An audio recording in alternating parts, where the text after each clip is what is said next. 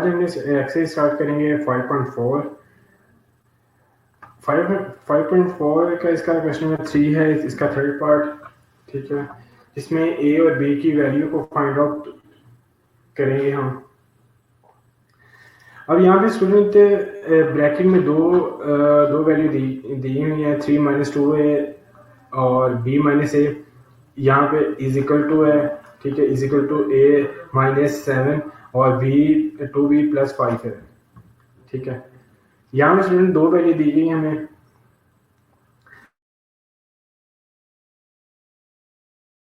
करनी है तो सबसे पहले स्टूडेंट क्या करेंगे, यहाँ पे जो फर्स्ट है उसको फर्स्ट के इक्वल रखेंगे, सेकंड को सेकंड के इक्वल रखते हुए हमने ए और बी की वैल्यू को फाइंड आउट कर लेना है। ठीक है,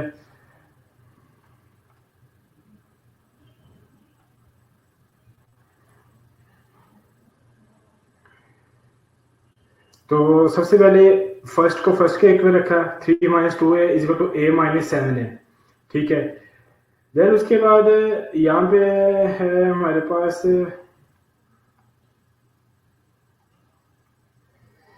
-2a और प्लस का इधर आके माइनस का हो जाएगा, उसके बाद -7। ठीक है,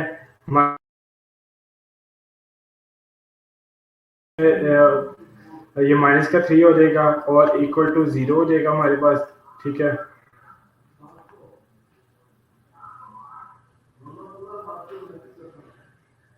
ओके, यहाँ पे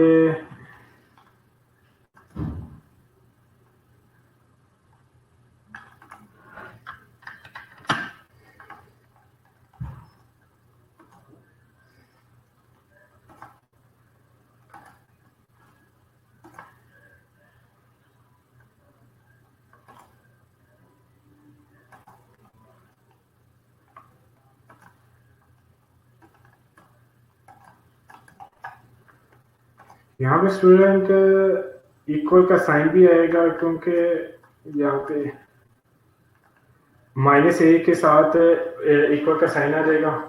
ठीक है, जिससे यहाँ पे -2a और -a ये हो जाएगा -3a और -7 - 3 ये इनको ऐड करेंगे -10 हो जाएगा और -2a और -a के साथ 1 है तो माइनस प्लस हो गया, 3a हो जाएगा माइनस का। ठीक है, उसके बाद माइनस के साथ कैंसिल हो जाएगा, रिमेनिंग हमारे पास क्या हो जाएगा, 3a इज इक्वल टू 10 आ जाएगा।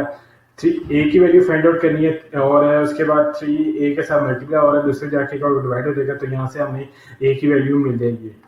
उसके बाद सेकंड को सेकंड के इक्वल रखते हुए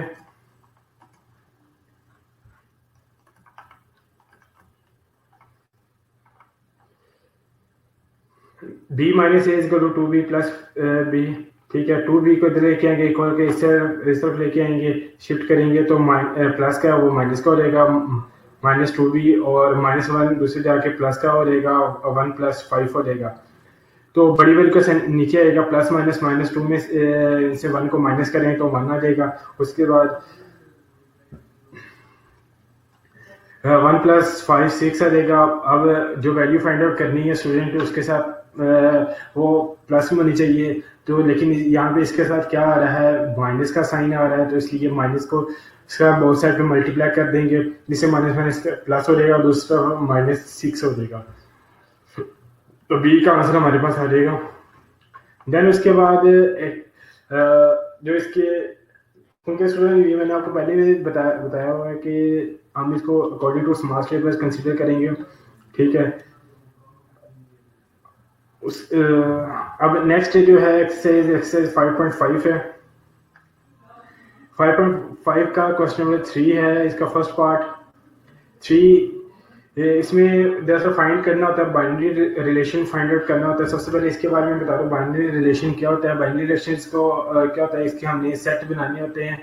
ठीक है, यानी हमें दो सेट गिवन होते हैं, इनको हमने हर एक नंबर के साथ मल्टीप्लाई करके एक बाइनरी फॉर्म बनानी होती है, यानी कि 2 की रेशियो बनानी होती है, जिसके उसके कई सेट बन जाते होते हैं। ठीक है, सबसे पहले इफ एल का सेट दिया हुआ है ए बी सी और एम का सेट दिया हुआ है डी ई एफ जी। ठीक है, और find the 2 binary relation each. ठीक है, तो इसका फर्स्ट पार्ट यहाँ पे है एल क्रॉस एल की फॉर्म में। ठीक है, एल का सेट है ए बी ए सी है, तो L cross L find out करेंगे, इसलिए यहाँ पे A B C cross A B C, ठीक है, इसका सेट ले लेंगे हम। तो अब एल क्रॉस एल कैसे करेंगे, ए को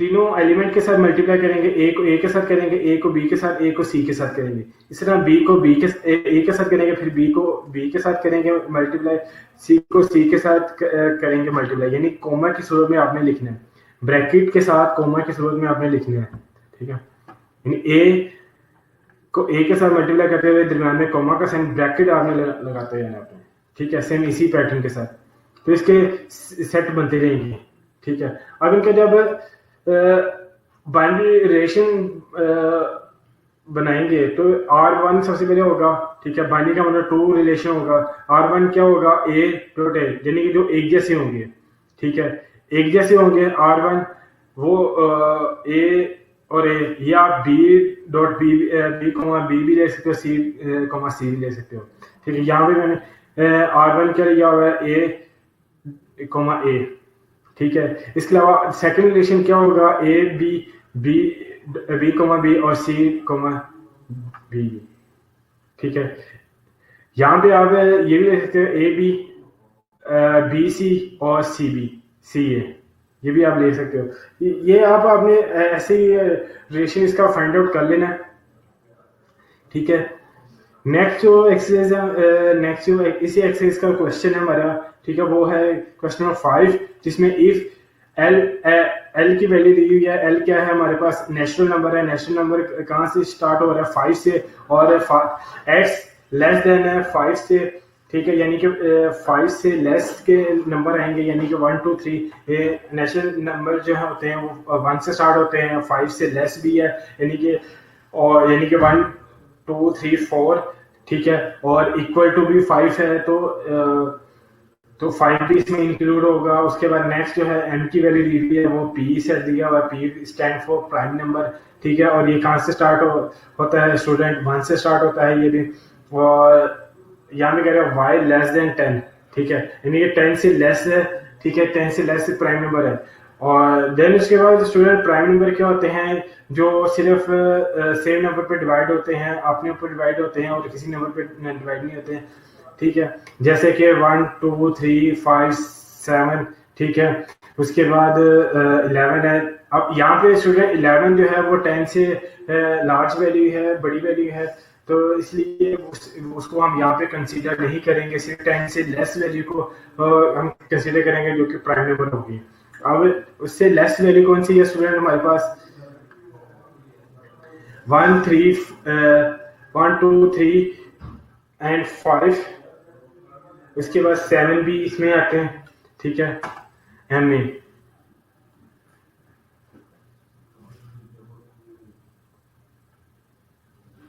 ठीक है। तो आपने सेम ऐसे ही इसके सेट बना लेने हैं, ठीक है, जैसे मैंने इसके बनाए हुए हैं, ठीक है, ए कोमा बी, ठीक है, यहाँ पे 7 नहीं लिखा मैंने, उसको भी आपने कंसीडर कर लेना है, ठीक है, या फिर आप 10 की जगह आप कर लो कि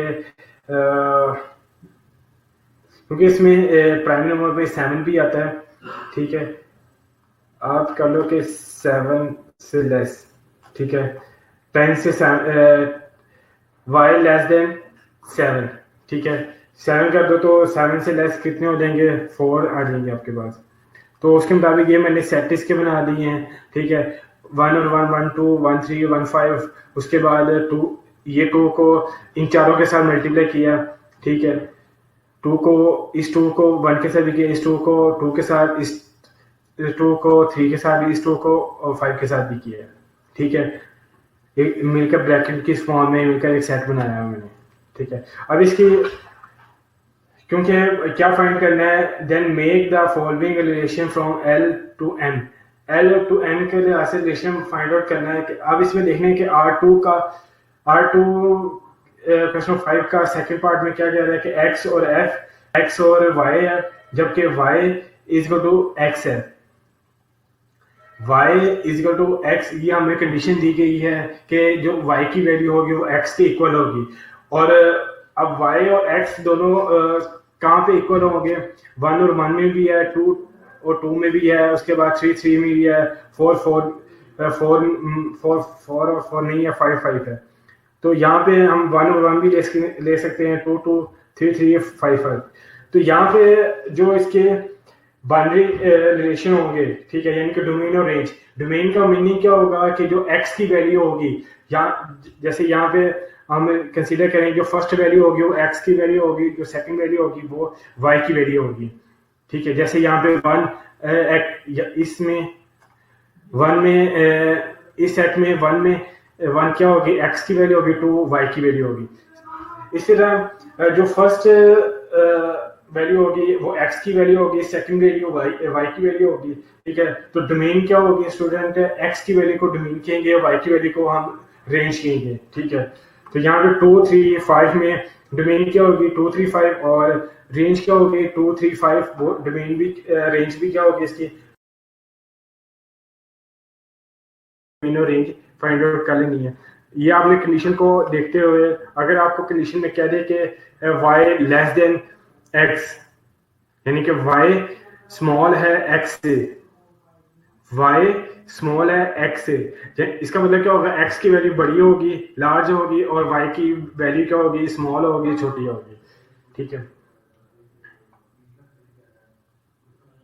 y less than x, x की वैल्यू लार्ज होगी, y की वैल्यू स्मॉल होगी। तो x की वैल्यू लार्ज कहाँ पे है,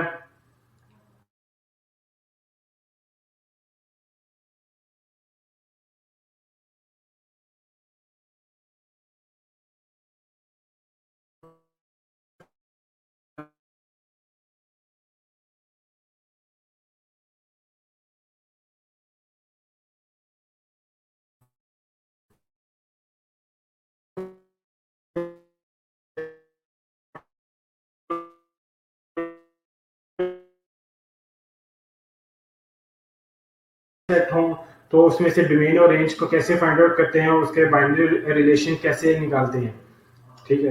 होपफुली आपको क्लियर हो गया होगा। नेक्स्ट लेक्चर में मैं फिर हाजिर होऊंगा नए चैप्टर के साथ। हमने नए चैप्टर भी स्टार्ट करेंगे, ठीक है, बेसिक स्टैटिस्टिक्स का, ठीक है, चैप्टर नंबर 6, नए क्वेश्चन के साथ, नए कॉन्सेप्ट के साथ, नए पॉइंट्स के साथ मैं फिर हाजिर होऊंगा। आपके लिए मेरी इजाजत। हाँ, एक बात आप याद रखिएगा कि प्रैक्टिस आप लाजमी करें, कि प्रैक्टिस आपकी जितनी ज़्यादा होगी उतने आपके कॉन्सेप्ट क्लियर होंगे